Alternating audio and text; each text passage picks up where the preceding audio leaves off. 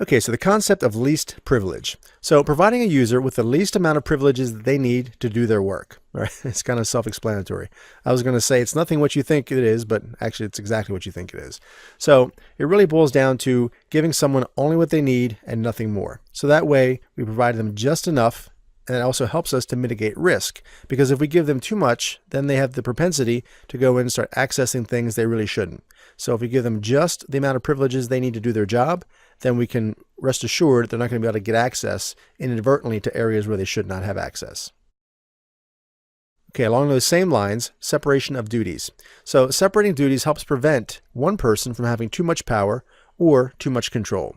So as an example, let's say, for instance, we have someone who is a finance person, but they can write checks, they can deposit checks, they can also do the accounting, right? Everything that has to do with that role, they're able to do, and they have access to do, and they have the rights to do.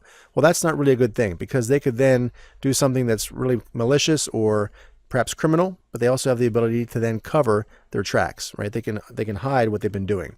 So a better thing to do would be to separate that out and split those duties so that one person perhaps can write checks, one person can balance the books, or one person can write, one person can deposit, or what have you. Okay, separating them out in some fashion so that one person doesn't have all of the power in their back pocket.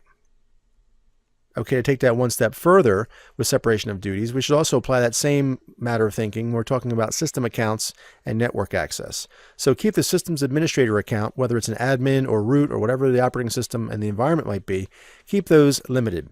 All right, even administrators, if they're administrators and they're just doing normal tasks throughout the day, they should basically keep those accounts unused until they need them. Log in as a regular user. And then if you need to do some type of administrative task, go ahead and either do a run as or do a sudo or whatever operating system you're working in, but just temporarily call out that administrative or that root access, right? Supervisor access, whatever the OS happens to be. So that way you can do the task and then go back to your normal access level.